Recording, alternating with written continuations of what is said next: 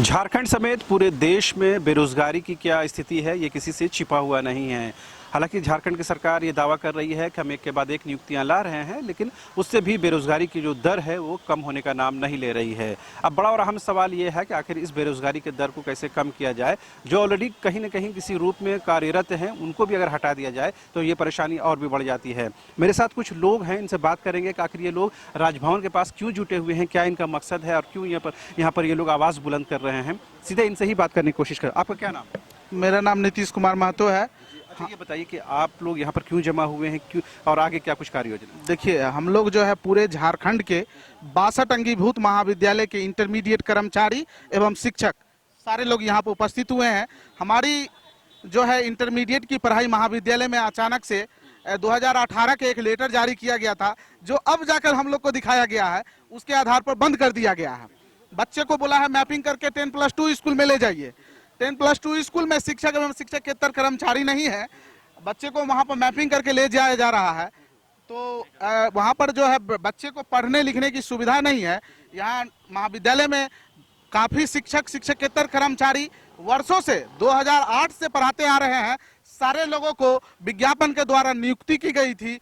आज अचानक से उन्हें बेरोजगार किया जा रहा है। इसी को लेकर हम लोग आज यहाँ पर एक दिवसीय धरना प्रदर्शन के लिए बैठे हैं, ताकि मुख्यमंत्री जी के नज़र में आप लोग के द्वारा उनके पास हमारी खबर पहुंचे। मुख्यमंत्री के पास ही भी शिक्षा विभाग है, जगन्नाथ महतो दा के जाने के बाद उनके पास ही शिक्षा विभाग है। तो कभी आप विभागीय स्तर पर बातचीत करने की कोशिश हुई या मुख्यमंत्री सचिवालय तक बात पहुंचाई? हमारी मुलाकात जो है जगन्नाथ दा जो है वो तो नहीं रहे, लेकिन उन्होंने मुझे सकारात्मक भरोसा दिया था। उन्होंने अपने आवास में बीमार होते हुए भी हमें बोला था, हम और बुधेश्वर महतो और एक और लोग आए थे, 3 लोग गए थे। उन्होंने बोला हमारे रहते हुए तुमको कोई बेरोजगार नहीं कर सकता है, ये आने तो दो, ये शिक्षा नीति को हम उस समय तुम्हारे लोग के लिए व्यवस्था हम निश्चित कर देंगे, क्योंकि हम तो रोजगार दे रहे हैं, हम बेरोजगार क्यों करेंगे? हम रोजगार देने तो बेरोजगार किसी को नहीं करेंगे। तुम लोग हम पर भरोसा रखो। वो तो रहे नहीं, अब रहे नहीं तो अब हमारे साथ ये समस्या आ गई, क्योंकि वो रहते तो हम लोग को बेरोजगार नहीं होने दे। मुझे पूर्ण भरोसा था उन पर, क्योंकि उन्होंने बहुत सारे झारखंड में काम किए हैं। उन्होंने बहुत सारे लोग उनका तारीफ भी करते हैं, पुराने लोग। हम लोग तो नया है, लेकिन हम लोग को भी उन्होंने भरोसा दिया था। उन्होंने बोला था, वो अपने जो वहाँ पर बगल में बैठे हुए थे, उनका पीए होंगे, उनको बोला था कि इन लोग के समस्या को लो और इन लोग के समस्या को निदान के लिए अभी से ही तुम शुरुआत करो। लेकिन अब वो तो रहे नहीं, तो हम किनको बोले? माननीय मुख्यमंत्री जी को हम लोगों ने लगातार चिट्ठी दिया, विधायक सांसद मंत्री के द्वारा लगातार उनके पास हम लोगों ने ये अपनी मामलाओं से रूबरू कराया, लेकिन उनके तरफ से कोई ठोस पहल अभी तक नहीं आई, जिसके कारण हम लोगों को आज धरना पर बैठना पड़ रहा है। लेकिन मुख्यमंत्री जी से हम एक निवेदन करेंगे कि सर प्लीज हम लोग को कहीं ना कहीं समायोजन कर दीजिए, क्योंकि कहीं भी कोई संस्था बंद होती है तो यह एक नियम है कि भाई उस संस्था को कहीं ना कहीं मर्ज कर दिया जाता है। तो इसी तहत अब हम लोग को मर्ज करके 10+2 स्कूल में, या आपके पास कई सारे स्कूल हैं जो कई नए नए स्कूल खुले हैं, उसमें हम लोग को समायोजन कर दीजिए, हम लोग बेरोजगारी से बच जाएंगे। 2018 का लेटर है, 2023 में दिखाया गया है, तो इतने दिनों तक क्या वो शिथिल बरता गया? देखिए, ये जो है पिछले साल एचआरडी के द्वारा पिछले साल दिसंबर में भी एक लेटर जारी किया गया है। उसमें लिखा गया है कि धीरे धीरे मैपिंग करने के लिए महाविद्यालय से, लेकिन ये विश्वविद्यालय और स्कूल के द्वारा महाविद्यालय के द्वारा अचानक से इसे बंद कर दिया गया है। प्राइवेटेशन लोग जो है अपने स्कूल कॉलेज को पूरे भर रहे हैं, 30-30 हजार रुपया में एडमिशन ले रहे हैं। हम लोग 800 रुपया में एडमिशन लेते थे। अब सरकार को सोचना चाहिए ना कि 800 रुपया में हमारे राज्य के बच्चे पढ़ रहे हैं, वहाँ 30 हजार क्यों दे रहे हैं? झारखंड में मजदूरी करके पढ़ाने वाले बच्चे हैं। हम लोग भी मजदूरी करके, मेरे माता पिता हम लोग को शिक्षा दिए हैं, तब आज हम लोग यहाँ पर खड़े हैं। हम लोग को नियुक्ति हुई थी पूरे राज्य भर में कितनी संख्या होगी? हमारे पूरे राज्य भर में 4800 से 5000 की जनसंख्या है। तो कितने वर्षों से आप लोग सेवा दे रहे हैं? देखिए, हम लोग 2008 से सेवा दे रहे हैं। मेरा 2012 से है, और लोग बहुत सारे हैं 2008 से 9 से बहुत सारे लोग हैं। जिस प्रकार से नियुक्ति निकलते गई, जिस प्रकार से जरूरत पड़ा सरकार को, उस प्रकार से सारे लोग की नियुक्ति की गई। आज हम लोगों को बेरोजगार कर दिया गया। देख पा रहा हूँ मैक्सिमम जो लोग हैं वो एज लमसम उनका हो चुका है, जो अब प्रतियोगी परीक्षाओं में शामिल नहीं हो सकते हैं। तो अब आपके सामने कोई विकल्प बचा है, कोई ऑप्शन है? कोई विकल्प नहीं है सर। सारे लोग जो है इसमें देखिए 45, 42, 43 ये लोग अब प्रतियोगिता परीक्षा दे नहीं सकते। 40 से ऊपर वाले लोग हैं, तो इनके पास एक ही विकल्प है, समायोजन कर देना। समायोजन कर देंगे, सारे लोग उसमें एडजस्ट हो जाएंगे, अपना जीवन जिस प्रकार से है चलाएंगे। अचानक दीदी लग रहा है पूरी जिंदगी जो है एकदम रुक सी गई है, क्या हो गया हाँ अचानक? एकदम बिल्कुल। मैंने हम लोग जितना एनर्जी के साथ उस कॉलेज में पढ़ाया ना, क्योंकि हम लोग को बुला के अपॉइंट किया गया था, हम लोग अपने से घर से उठ के नहीं गए थे। सरकार को जरूरत थी तो कॉलेज स्तर से प्रिंसिपल बुलाए, हम लोग गए, देखे वहाँ पे पेपर में ये सब देख करके हम लोग इंटरव्यू के लिए गए। हमारा सारा प्रोसेस से हमारा नियुक्ति हुआ जो कॉलेज स्तर में होता है। और मैं 2010 से पढ़ा रही हूँ, मेरा आज 13 साल हो गया। और मैं इतने सालों में जब मैं ज्वाइन की थी तो 4000 पेमेंट था। तो उस समय से हम लोग पढ़ा रहे थे बच्चों को, उस समय हम लोग एलिजिबल थे।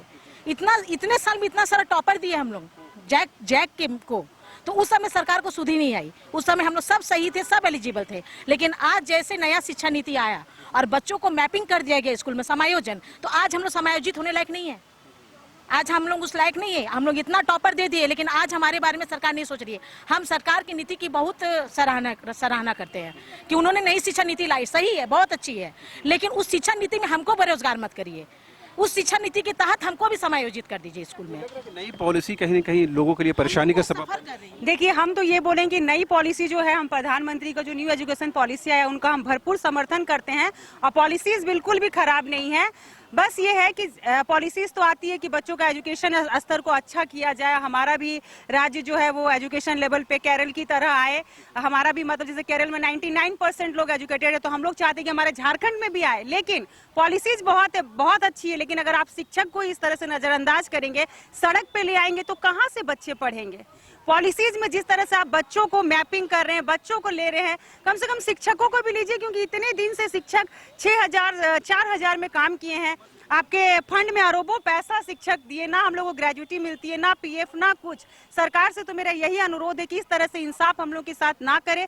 जिस तरह से वो जब मुख्यमंत्री बने तो हम लोगों से जो वादा किया था कि जब हम सरकार में आएंगे तो जितने भी अनुबंध कर्मी हैं उन लोगों को हम इस तरह से भटकने नहीं देंगे, उनके लिए हम कोई व्यवस्था करेंगे। तो मुझे पूर्ण विश्वास है कि सरकार के हाथ में ऐसी विकल्प है कि वो हम लोग को रोड पे खड़े होने से बचाए। और ये जो 5000 शिक्षक है जिनके साथ इतने परिवार है, इनको भुखमरी से बचाए, इनके घर पे चूल्हा जलने से बचाए हमें, और हम लोगों के साथ भी इंसाफ करे, क्योंकि हम लोग भी बहुत दिन से काम कर रहे हैं और न्यू एजुकेशन पॉलिसी को बहुत अच्छे से समर्थन कर रहे हैं और इसमें पूर्ण रूप से हमारा सहयोग है। लेकिन आप सरकार में, आपके पास इतना तो पूर्ण विश्वास है कि कोई ना कोई व्यवस्था तो है आपके साथ। आपके पास जो भी व्यवस्था है, हमें सड़क से आने से बचाइए, उसके तहत हमें आपके पास जो भी है बेरोजगार होने से बचा लीजिए। हम शिक्षकों का यही मांग है कि किसी तरह से हम लोग को समायोजित करके जो हमारा जो 8000 4000 में जो हमारा परिवार पढ़ रहा था, वो भी आज बेघर होने जा रहा है। आपसे हाथ जोड़ के नम्र निवेदन है, बहुत लोग तैयारी कर रहे हैं, घर छोड़ के बाहर आए हुए हैं। आप सोचिए कि 4000 तो रूम रेंट भी नहीं है रांची जमशेदपुर जैसा जगह में, फिर भी वहाँ हम लोग एक सपना लेके घर छोड़ के आए कि तैयारी करेंगे, कम से कम इधर कुछ करके कुछ करेंगे। वैकेंसीज की भी इतनी बुरी हालत है, किसी में केस हो रहा तो कोई लटक जा रहा, तो कोई नियोजन नीति में फंस रहा। हम लोग झारखंड के निवासी, अगर झारखंड में आप हमें जगह नहीं देंगे तो हम कहाँ अपना जगह मांगने जाएंगे? हर जगह भी रेसिडेंशियल का इशू, हम कहाँ जाएंगे? इतने साल से हम यहाँ सेवा दे रहे, हम कहाँ जाएंगे? आप सोचिए, बच्चों के लिए भी सोच के बहुत बुरा लगता है। बच्चे 2400 रुपया में सर 11th और 12th की डिग्री ले रहे हैं। आज वो बच्चे, गरीब बच्चे जिनका फाइनेंशियल कंडीशन अच्छा नहीं है, वो आज एडमिशन के लिए तरस रहे। कहाँ से इंटर की डिग्री लेंगे? कहाँ से वो पढ़ेंगे? शिक्षक यहाँ सड़क में, बच्चे वहाँ रोड घूम रहे हैं। आज देखिए, प्रोस्पेक्टस का दाम प्राइवेट कॉलेजेस 1100 रुपया कर दिए, एडमिशन का फीस, एडमिशन 30,000 कर दिए हैं। बच्चे जो गरीब, यहाँ सिर्फ गरीब वर्ग पिसा रहे, बाकी के तो बच्चे फॉरेन में पढ़ रहे, बाहर पढ़ रहे। अमीर लोगों को क्या जरूरत है? लेकिन आप इस तरह से जो गरीब लोग हैं, कम से कम उनका कीजिए कि हम लोग कम से कम आगे बढ़े, बच्चे का भी एजुकेशन रेट बढ़े, बच्चे भी शिक्षित हो। आपके पास इतना विकल्प है।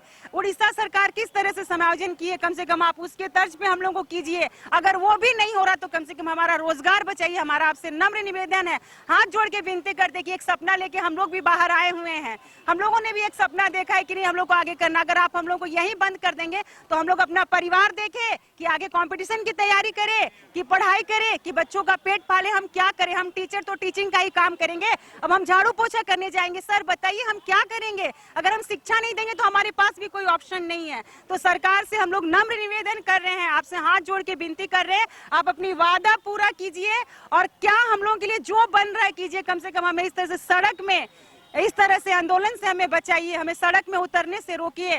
और जिस राज्य में टीचर की ये स्थिति रहेगी, वो राज्य कैसे विकास करेगा? अभी तक जो आप लोगों ने काम किया उसका पेमेंट क्लियर है या उसमें भी कोई ड्यूज? देखिए, पेमेंट तो क्लियर है, लेकिन बहुत से कॉलेज में पेमेंट बिल्कुल नहीं दिया गया। और जहाँ तक 12,000 की बात है, आज भी बहुत से कॉलेजों में 12,000 पेमेंट दिया ही नहीं जा रहा, क्योंकि बहुत जगह 6,000, बहुत जगह 8,000 दिया जा रहा है।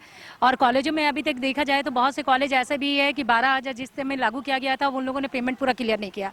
और 62 कॉलेज में जहाँ इंटर बंद हो गई है और वहाँ पर टीचरों की बिहेव अगर देखा जाए परमानेंट के अलावा, तो वहाँ पर उनके साथ व्यवहार अच्छा नहीं है।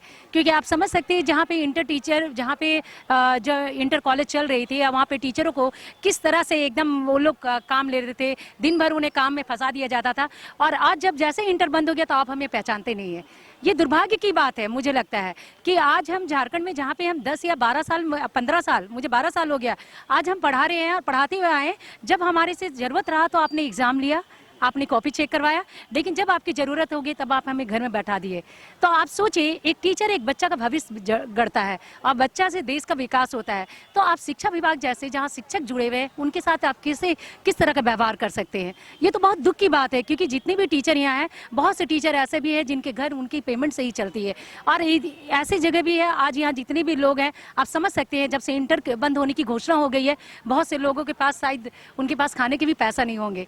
जिस भी तरह से यहाँ धरना में आज हम लोग आए हैं, ये 62 कॉलेज में जहाँ इंटर बंद कर दिया गया है, वो 5,000 जो टीचर है उनके भविष्य अंधकार में आ गए। भविष्य के साथ बच्चों के लिए भी अंधकार हो गया, क्योंकि जहाँ आप देख रहे पूरे झारखंड, अगर मैं बात करूँ ST SC जो भी है, आप बात करेंगे तो झारखंड में जहाँ ऐसे कॉलेज है जहाँ पे मैक्सिमम बच्चे इस तरह से पढ़ रहे हैं, तो आप उस बच्चों के भविष्य के लिए आप सोच रहे हैं कि गुणवत्ता की बात करें, तो गुणवत्ता कहाँ आप दे रहे?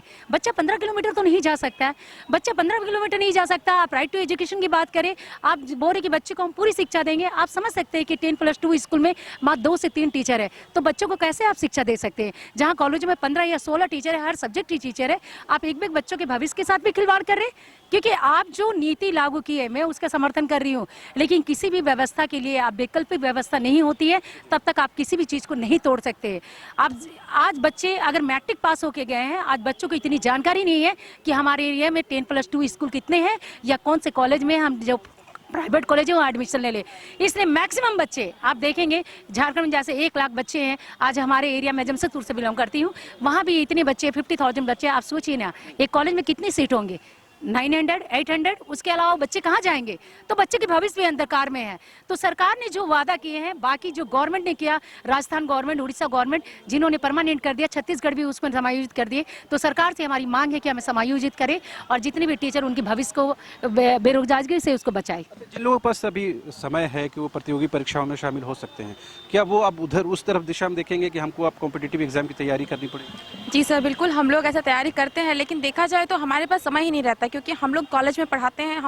हमसे कॉलेज के पढ़ाने के अलावा भी बहुत सारे हम लोग को काम दिया जाता है। बहुत सारे कॉलेज से रिलेटेड एग्ज़ाम जब होता है तब हम लोग से लिया जाता है, तो प्रॉपर हम लोग प्रिपरेशन नहीं कर पा रहे हैं। तो इसलिए भी हम लोग को अगर देखा जाए, इतने हम भी 5-6 साल से हम सेवा दे रहे हैं, तो हमारी सरकार से बस एक मांग है कि हमें भी समायोजित किया जाए।